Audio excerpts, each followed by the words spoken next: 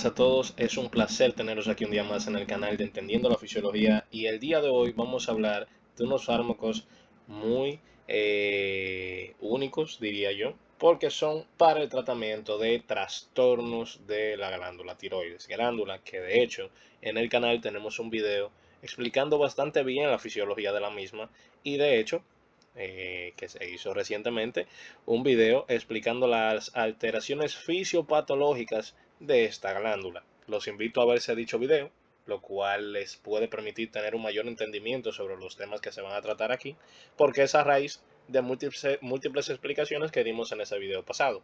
Aunque bien superficial lo haremos, pero en este video mencionaré, obviamente, el contexto. Pero les invito a verse ese video en el módulo de fisiopatología que hablamos sobre esos trastornos tiroideos que son muy importantes para comprender el uso de estos fármacos. La bibliografía es Goldman Cecil, Tratado de Medicina Interna en su 26ª edición. Entonces vamos a empezar hablando un poquito, recordando ese concepto sobre la glándula tiroides. ¿Qué es la glándula tiroides? Es nada más ni nada menos que una glándula perteneciente al sistema endocrino en donde esta es de forma de mariposa o escudo, por eso viene su nombre tiroides, que significa similar a un escudo. Y esta se ubica en la parte inferior del cuello, por debajo del cartílago con el mismo nombre, el cartílago tiroides. Esta se encuentra por delante de la tráquea y se puede componer por dos lóbulos laterales y un istmo, y hay un lóbulo piramidal que es inconstante. ¿Qué es lo esencial de la glándula tiroides? Que ella va a producir las conocidas hormonas tiroideas, que cuando han visto hemogramas, esas son las que salen como T4 y T3, que sale T4, T3 total, T4 libre, T3 libre, todo eso. Esas son las hormonas tiroideas. Pero a su vez, en la misma tiroides, hay unas células que se llaman células parafoliculares, que son las células encargadas de la producción de otro tipo de hormona perteneciente al sistema endocrino, que es la calcitonina, que de hecho también tenemos un video hablando sobre las regulaciones del calcio y el fósforo en el cuerpo, donde se mencionan todas esas hormonas encargadas de regular el calcio y el fósforo en el cuerpo. Los invito a verse, ahí se menciona la calcitonina. Entonces, retomando la parte de la tiroides, estas son las hormonas tiroideas. La tiroxina, que es la más producida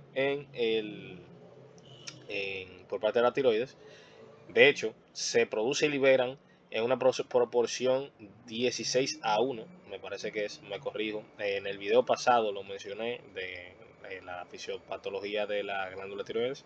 Se produce en una proporción de 16:1, es decir, que por cada 16 tiroxinas se libera una triodotironina. Pero, paradójicamente, la tiroxina no es la hormona tiroidea con mayor acción fisiológica, sino que es la triodotironina, teniendo de 4 a 5 veces la función de la tiroxina, la T4.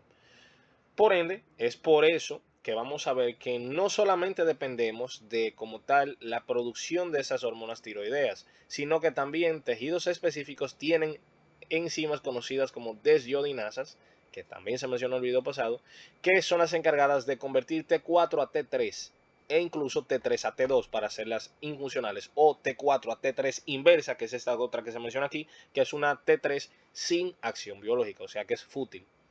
Por ende, es importante saber eso. Y reconocer entonces que T4 sirve más bien como una reserva funcional para transformarse en T3. Sería la función esencial que tiene T4.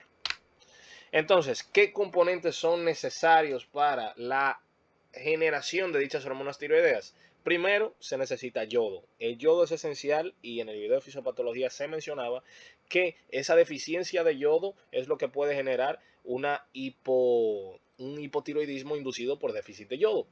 Y por ende se puede tener un bocio por compensación a esto, esa hipertrofia de ese tejido tiroideo a raíz de que se está constantemente tratando de estimular la tiroides, porque la hormona estimuladora del tiroides, que es esa TSH que vemos ahí, que se libera por la hipófisis anterior, es la que va a estar constantemente estimulando el tiroides, pero como el tiroides no va a poder producir de una forma eficiente las hormonas tiroideas, que van a generar una retroalimentación negativa para inhibir la liberación de la hormona liberadora de tirotropina o hormona liberadora de hormona estimulante del tiroides, la TRH. Entonces, constantemente ese eje hipotálamo hipófisis tiroides se va a mantener activo y no va a haber esa retroalimentación negativa y por ende que se genere ese bocio, que es bastante evidente, esa hipertrofia de esa glándula tiroides. Por otro lado, también se necesita la tiroglobulina, que es a esta la cual el yodo va a poder fijarse. La tiroglobulina es una glicoproteína matriz que va a permitir la yodación de residuos de tirosina, que a raíz de esa yodación de esos residuos de tirosina, mediado gracias a esa tiroglobulina que está presente en el coloide, es que vamos a tener entonces los precursores para la formación de las hormonas tiroideas. Ojo con eso. Y obviamente TSH y TRH, que la TSH es, bueno, en primer lugar la TRH, que es la hormona liberadora de tirotropina. Aquí nos encontramos en el hipotálamo, esta es la que manda que eso se libere, que actúa sobre la hipófisis y la hipófisis libera la TSH, la hormona estimulante del tiroides.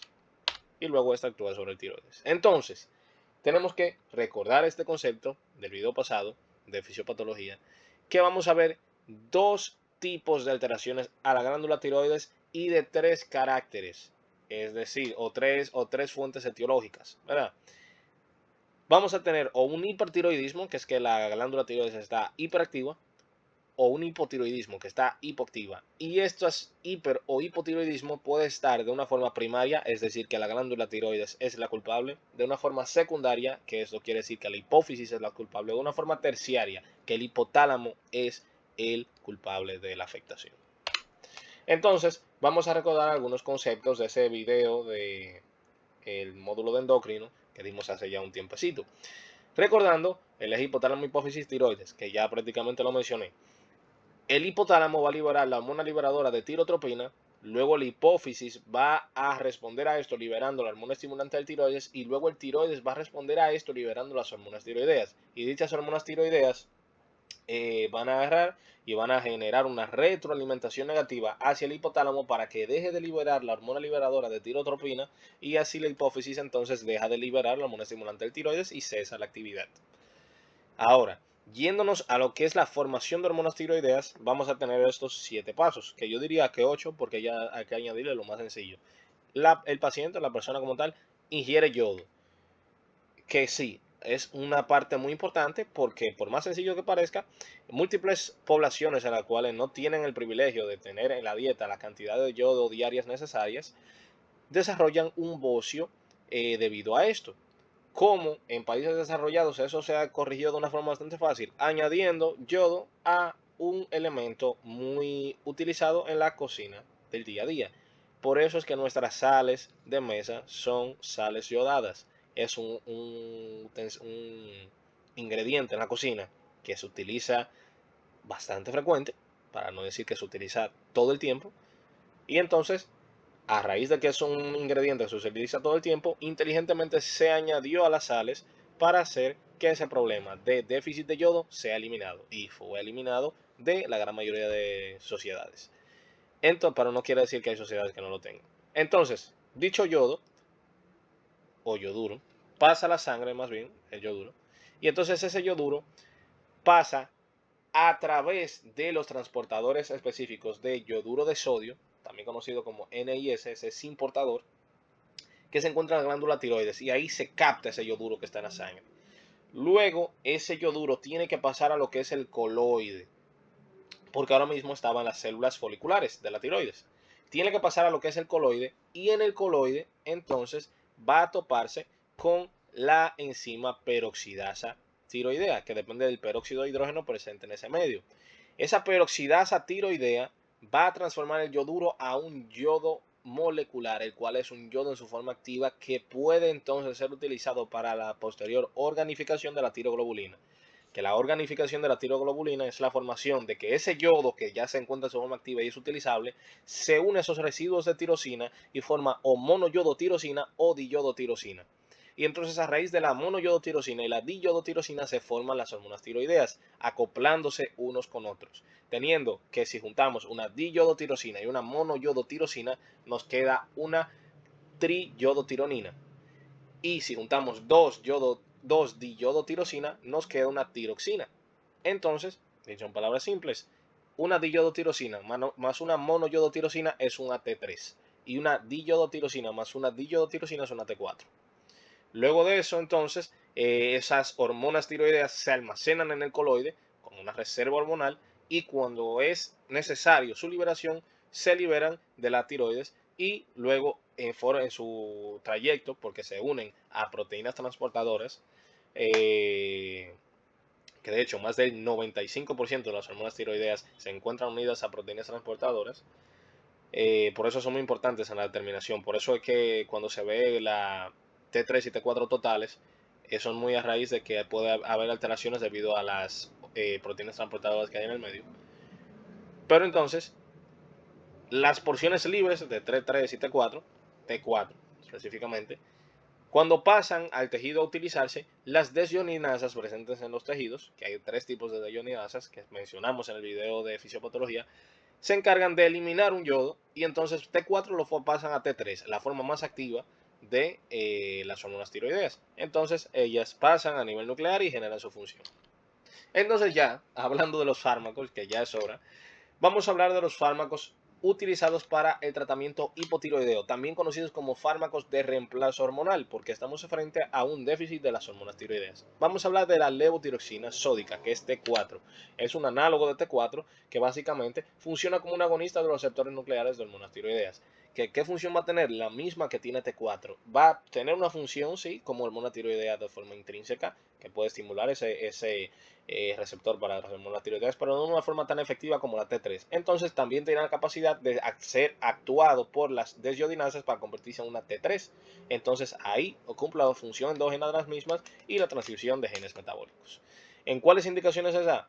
Bueno, en el caso de un hipotiroidismo primario, por ejemplo, como la tiroiditis de Hashimoto, un hipotiroidismo que fue bien explicado en el video pasado, un hipotiroidismo secundario, a raíz de una fuente hipofisiaria o terciaria, a raíz de una fuente hipotalámica. ¿Qué efectos adversos podría traer? Al final del día estamos administrando un análogo de una hormona tiroidea. Va a tener la misma función de una hormona tiroidea, entonces va a tener las mismas funciones, los mismos efectos adversos que un exceso de hormonas tiroideas. Palpitaciones, pérdida de peso, ansiedad y osteoporosis, porque hay que recordar que ese aumento de las actividades metabólicas, pues entonces es a un nivel muy general. Esa osteoporosis se da con un uso excesivo de estos análogos de hormonas tiroideas, no solo levotiroxina, también cuando estemos viendo T3. El patrón nominal de estos fármacos es bastante sencillo de seguir porque se sabe que son tiroideas, porque fíjense que van a tener el sufijo tiroxina o troxina. Ahora vamos a continuar con la liotironina sódica, que es la T3, el análogo de T3, que se tiene de forma exógena. Como ya dije, lo mismo que la T3 endógena. Las mismas funciones, el mismo mecanismo de acción. Cuando se indica en hipotiroidismo ya de un carácter más grave o mixedematoso. También cuando una prueba de supresión de TSH.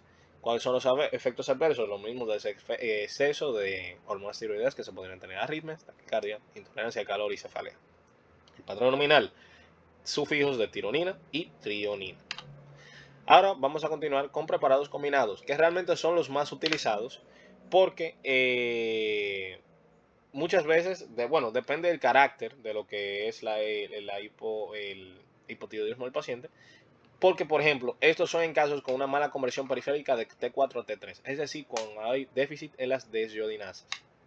Entonces, todo depende, pero esos preparados son muy útiles porque lo que buscan es imitar la secreción fisiológica, por eso son combinados, que tiene la tiroides. Entonces, por eso digo que son muy útiles y utilizados porque buscan imitar esa secreción fisiológica, dada esa pérdida de la función fisiológica, que valga la redundancia, que tiene el tiroides. ¿Cuáles son los efectos adversos? Hay un riesgo aumentado de efectos cardiovasculares y no tiene un patrón nominal fijo. Ahora, algo que quizás le esté llamando la atención es por qué se mencionan complicaciones vasculares, porque sé que ya quizás entendieron la parte metabólica y entienden lo de las arritmias y demás, pero cuando se habla de complicaciones vasculares, eso es algo muy general, que incluso podría incluir lípidos, ¿no les suena? Pues bueno, eso se debe a que las hormonas tiroideas, como tal, regulan el metabolismo de diversas proteínas carbohidratos, eso se entiende. ¿Qué pasa? En el hipotiroidismo, eso lleva a que haya una menor expresión de diversos receptores. En este caso, receptores hepáticos para las lipoproteínas de baja densidad, los LDL. Entonces, eso hace que la eliminación del colesterol sea menos eficiente y eso favorece que haya mayor riesgo de desarrollar hipercolesterolemia, y un riesgo cardiovascular por esa hipercolesterolemia ha aumentado. Y mucho más si eso se suma a que el paciente lleva una dieta mala, rica en colesterol. Importante saber que en hipotiroidismo primario se usa como preferencial levotiroxina como primera línea, pero en formas más centrales se monitoriza T4 libre directamente. Más adelante veremos por qué se hace esto, pero explicado a modo resumen, aunque creo que con eso basta decirlo, es que cuando se habla de un hipotiroidismo primario, que es la glándula tiroides, pues bueno, ahí la observación de las hormonas tiroideas en general son útiles. Pero cuando estamos hablando de, y también a su vez se puede utilizar como referencia la hormona estimulante del tiroides, porque esta va a estar alta debido a que el tiroides no va a estar respondiendo adecuadamente, pero ella va a funcionar bien y también el hipotálamo va a funcionar bien. El tiroides va a estar funcionando mal y por ende siempre va a estar estas bajitas y todas las otras altas, es decir, las hormonas liberadoras y demás, o estimulantes.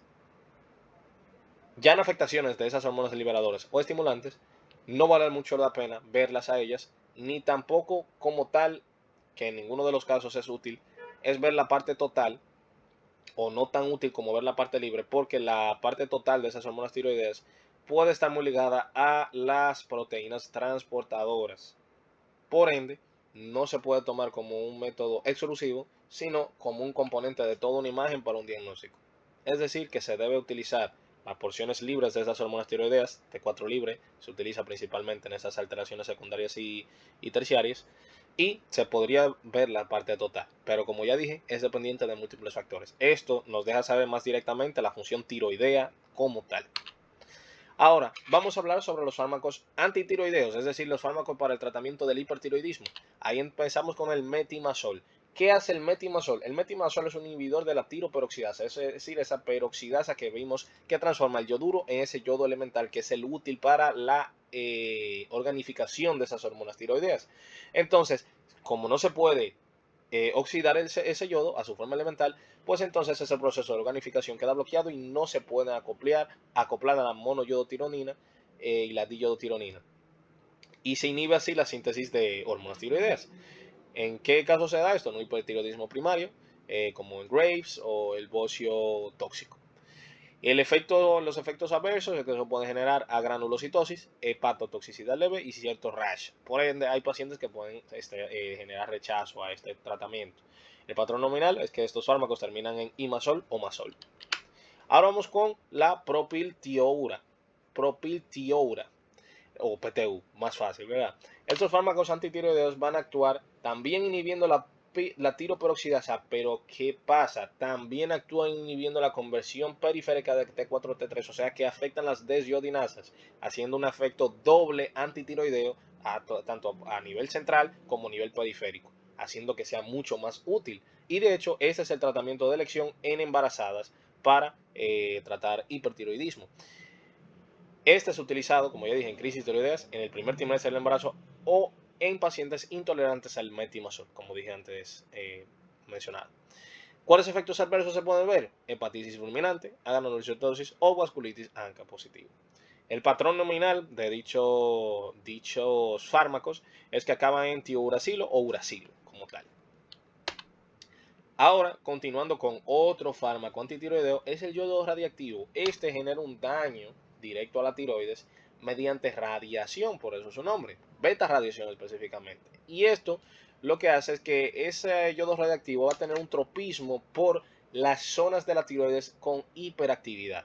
También sirve entonces para la determinación de nódulos hiperactivos de la tiroides, porque en la parte de fisiopatología, si se fijan, vimos que en los tipos de hipertiroidismo hay hipertiroidismos multinodulares y uninodulares, en donde hay múltiples nódulos o solamente uno, el cual es hiperactivo. Y esa pequeña zona del tiroides va a ser más afín a ese yodo radiactivo y vamos a tener ese foco caliente, que así se mencionó en ese video, donde hay mayor captación de ese yodo radioactivo y ese yodo radioactivo genera daño en esa zona para eliminarlo.